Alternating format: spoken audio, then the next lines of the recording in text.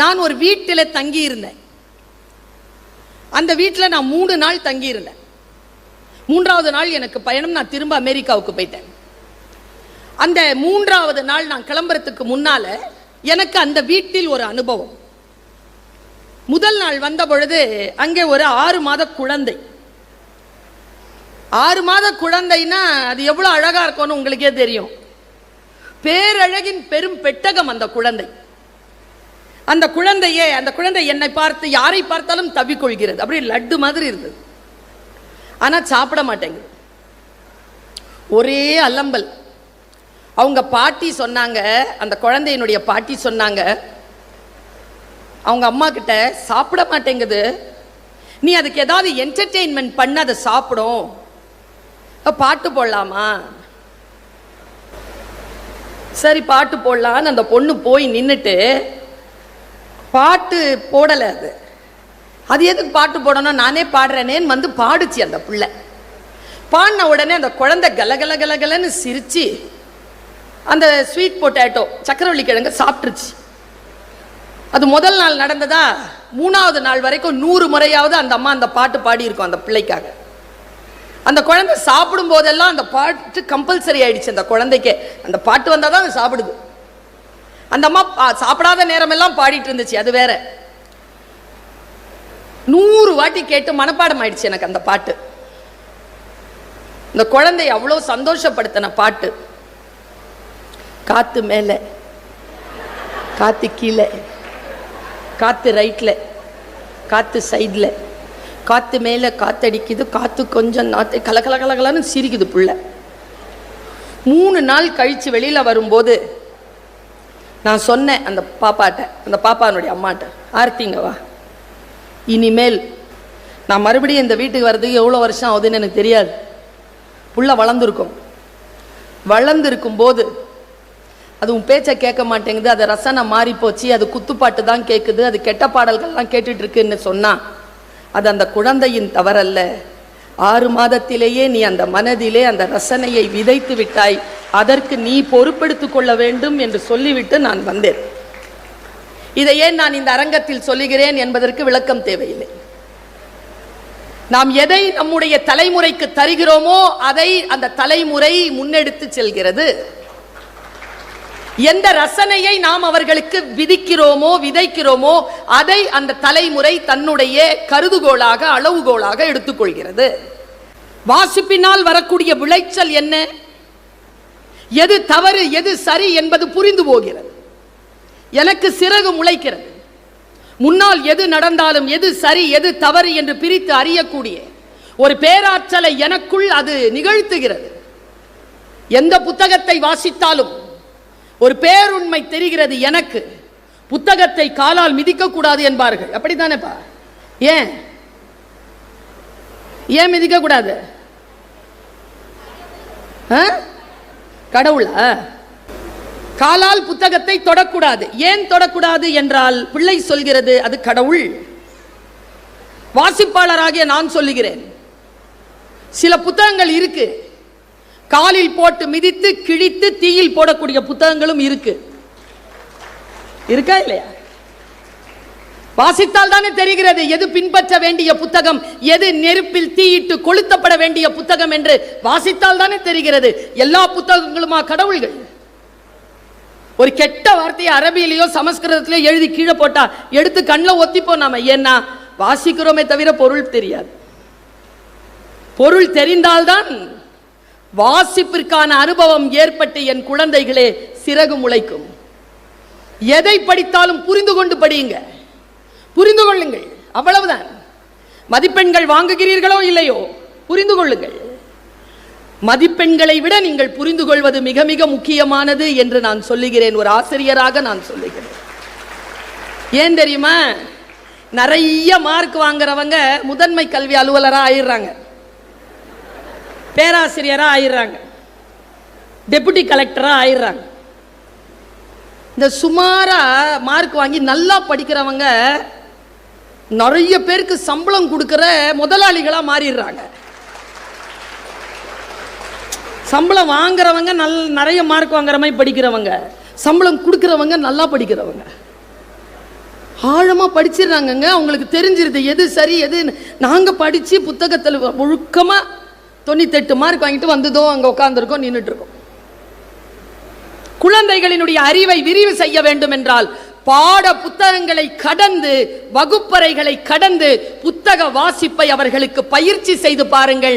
அவர்கள் வாழ்க்கையில் நீங்கள் நினைத்ததை விட சிறகுகளை விரித்து கொண்டு வானத்தில் பறப்பார்கள். நான் சமீபத்தில் ஒரு ஸ்டேட்மெண்ட் சொல்றேங்க, அது உங்களுக்கு புரியுதான்னு தெரியல. புரியும். உன் பேரனின் மகன் வாகனம் இன்றி நடப்பான். சாபம் இல்லை, ஸ்டேட்மெண்ட், வாக்கு மூலம். ஒரு ஆப்பிரிக்க கவிஞனின் வாக்கு மூலம். உன் பேரனின் மகன் வாகனங்கள் இன்றி நடப்பான். என்ன அர்த்தங்க? அவன் அதற்கு விளக்கம் சொல்லுகிறான். அந்த விளக்கம் உங்களுக்கு புரியும் என்பதற்காக சொல்லுகிறேன். சிரமமான சூழல் வலிமையான மனிதர்களை உருவாக்குகிறது. சரியா? வலிமையான மனிதர்கள் வசதியான இலகுவான சூழலை உருவாக்குகிறார்கள். வலிமையான மனிதர்கள் உருவாக்கிய வசதியான இலகுவான சூழல் வலுவற்ற மனிதர்களை உருவாக்குகிறது. வலுவற்ற மனிதர்கள் சிரமமான சூழலை உருவாக்குகிறார்கள்.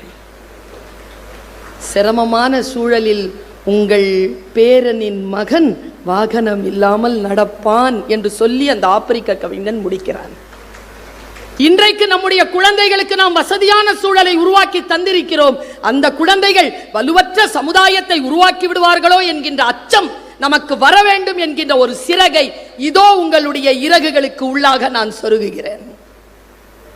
இந்த குழந்தைகளுக்கு நீங்கள் எப்படி அவர்களை வழிநடத்த போகிறீர்கள் என்கின்ற மிகப்பெரிய கேள்வி எனக்கு வந்து சேர்ந்திருக்கிறது. நான் சொன்னேன்ல, நீங்க எல்லாரும் சிரிச்சிங்க. அந்த குழந்தைக்கு ஒரு பாட்டு அவங்க அம்மா பாடினாங்கன்னு சொன்ன உடனே நாம் எல்லாரும் சிரிச்சோம். சிரித்து கிடப்பதற்கா நான் சொன்னேன்? நம் வீடுகளிலும் நம் வாகனங்களிலும் கெட்ட அர்த்தம் கொண்ட கீழ்நிலையான சொற்களை உள்ளடக்கிய இசைகளை இன்றிலிருந்து ஒலிக்க விடாமல் தடுப்போம் என்கின்ற சூளுரையை நீங்கள் ஏற்றுக்கொள்ள வேண்டும் என்பதற்காகத்தான் நான் இதை சொன்னேன். என் குழந்தை வெளியில் போய் அதை கற்றுக்கொள்கிறானா, அது அவன் விதி. ஆனால் என் வீட்டிலோ, நான் அமைக்கக்கூடிய சூழலிலோ, என் பள்ளிக்கூடத்திலோ, என் கல்லூரி வளாகத்திலோ, என் பல்கலைக்கழகங்களிலோ அது ஒருபோதும் இசைக்கப்பட மாட்டாது என்கின்ற உறுதி இருக்கின்ற காரணத்தினால்தான் கல்வி சிறந்த தமிழ்நாடு என்று நாம் சொல்லிக் கொண்டிருக்கிறோம். நாம் கல்வி அளவில் உயர வேண்டும் என்றால் சில விஷயங்களுக்கு நோ சொல்ல பழக வேண்டும். நான் ரொம்ப கான்டெம்பரரியா பேசுறேன். இந்த மேடையில் உட்கார்ந்து இருக்கிறவங்க எல்லாம் ஜெனரேஷன் Z. மேடைக்கு முன்னால உட்கார்ந்து இருக்கிறவங்க எல்லாம் மில்லேனியன்ஸ் மற்றும் ஜெனரேஷன் Z.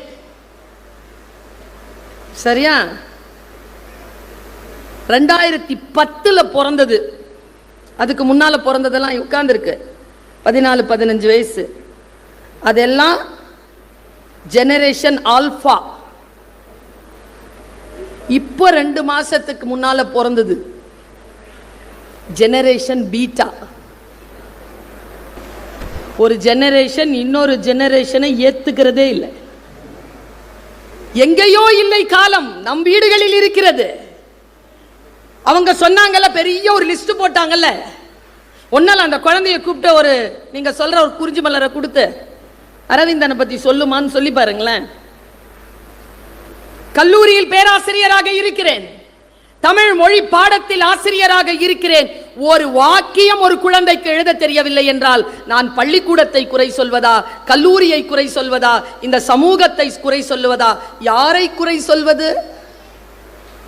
வாசிப்பு பழக்கம்தான் ஒரு மனிதனை மிகப்பெரிய வானத்தில் பறக்கக்கூடிய ஆற்றலை தரும் என்று அந்த குழந்தைகளுக்கு நாம் சொல்லிக் கொடுக்க வேண்டிய கட்டாயத்தில் இருக்கிறோம். மிக நுட்பமாக சொல்லுகிறேன். வேகமான காட்சிகளை பார்த்து பழக்கப்பட்ட குழந்தைகளால் நின்று நிதானமாக உட்கார்ந்து ஒரு புத்தகத்தை வாசிக்க முடியாது. ரீல்ஸ் பார்க்குறீங்கல்ல, கட கட கட கடன்னு பார்த்தீங்கன்னா உட்கார்ந்து புத்தகத்தை வாசிக்க முடியாது. வாசிக்கும் போது உடம்பு பின்னி எடுக்கும், தப்பித்து விடுவீர்கள் வாசிப்பில். எவன் ஒருவன் வாசிக்க கற்றுக்கொண்டானோ அவன் நம்மை ஆட்சி செய்பவனாக மாறி போகிறான். ரொம்ப சூட்சமமான ஒரு விஷயத்தை சொல்லவா? சிறகு முளைப்பதற்காக சொல்கிறேன். மேத்தமேட்டிக்ஸ் இல்லைங்க, மேத்ஸ், அந்த சப்ஜெக்ட் படிக்கிறது குறைஞ்சு போச்சுங்க. காலேஜ்ல எல்லாம் பிஎஸ்சி மேத்ஸ் படிக்கிறதுக்கு இப்போ ஆள் இல்லைங்க. நான் சொல்லட்டுமா, நான் தமிழ் ஆசிரியை தான். எந்த குழந்தை மேத்தமேட்டிக்ஸை கரெக்டாக இந்த ஜெனரேஷனில் படிச்சுக்கிறீங்களோ அடுத்த 15 ஆண்டுகளுக்கு பிறகு இந்த உலகத்தை ஆட்சி செய்யக்கூடிய தலைமை பொறுப்பு இன்னைக்கு மேத்ஸ் படிக்கிற ஸ்டூடெண்ட்ஸ்க்கு வந்து சேரும் என்பதனை மட்டும் நீங்கள் புரிந்து கொள்ளுங்கள். படிக்க மாட்டேங்கிறாங்க மேத்ஸ். மேத்ஸ் படிக்கிறதா இருந்தா கூட அந்த நீட் எக்ஸாம் எழுதிட்டு டாக்டரா போகத்தான் பார்க்கறாங்க, இல்லைன்னா இன்ஜினியரா போறதுக்கு பார்க்கறாங்க. மேத்தமேட்டிக்ஸ் சப்ஜெக்ட் அவ்வளவு நல்ல சப்ஜெக்ட், கெமிஸ்ட்ரி அவ்வளவு சூப்பர் சப்ஜெக்ட், பிசிக்ஸ் அவ்வளவு சூப்பர் சப்ஜெக்ட். ஆனால் அந்த சப்ஜெக்டை படிச்சா எனக்கு வருங்காலம் இல்லை என்று ஒரு குழந்தை நினைக்கக்கூடிய அளவிற்கு சூழல் மாறி இருக்கிறது என்றால் இது வளர்ச்சி அல்ல, வீக்கம் என்பதனை ஒரு கல்வியாளராக நான் இங்கே பதிவு செய்ய கடமைப்பட்டு இருக்கிறேன். சிறகு முளைப்பது எப்படி, எதை படித்தால் என்ன ஆகலாம் என்று எப்பொழுது தெரியும்? நான் ஒரு விஷயத்தை சொல்றேன் பாருங்க. எங்க வீட்டில் எங்க அம்மா என்ன நல்லா வளர்த்தாங்க. ஆனா எங்க அப்பா 2 வயசுல இருந்து என்ன எங்க அப்பா தான் வளர்த்தார். எங்க அப்பா நல்லா பாடுவார். எனக்கு பர்வீன் சுல்தானான்னு அதனால தான் அரசன் பேர் வச்சார். பேகம் பர்வீன் சுல்தானா ரொம்ப பெரிய பாடகி நம்ம நாட்டில். இப்போ 84 86 வயசு அவங்களுக்கு. அவங்க பேரை தான் அப்பா எனக்கு வச்சார். பாடுவேன்னு நினைச்சார், பேச ஆரம்பிச்சிட்டார். ஆனால் ஒன்று சொன்னார் அப்பா, மரணம் அடைகிறதுக்கு 10 நாளைக்கு முன்னால் ஒரு வார்த்தை சொன்னார். பர்வீன் சுல்தானான்னு சொல்லிட்டு கூகுளில் போட்டால் பேகம் பர்வீன் சுல்தானா ஃபோட்டோவுக்கு பக்கத்தில் ஃபோட்டோவும் வருது பாப்பா, உன் பேர் வச்சதில் நான் தோக்கலை அப்பா சொன்னார். அப்பா நல்ல வார்த்தைகளை சொல்வாருங்க. இந்த நல்ல வார்த்தைகள் இருக்குல்ல, அந்த வார்த்தைகளை கேட்டதனால் புத்தகம் வாசிக்கின்ற பொழுது எனக்கு சிறகு முளைக்கிறது. ஏன் தெரியுமா? நான் ஏற்கனவே ஒரு விஷயத்தை அறிந்திருக்கிறேன். அறிந்த அந்த விஷயத்தின் ஞானத்தோடு ஒரு புத்தகத்தை வாசிக்கின்ற பொழுது எனக்கு சிறகு முளைக்கிறது. இது ரகசியம் நான் சொன்னது. என்றைக்கு ஒரு தெளிவு உள்ளுக்குள் இருக்குமோ, முன்னால் ஒரு விஷயம் வருகின்ற பொழுது உங்களுக்கு அந்த தெளிவில் வேர்விடும்.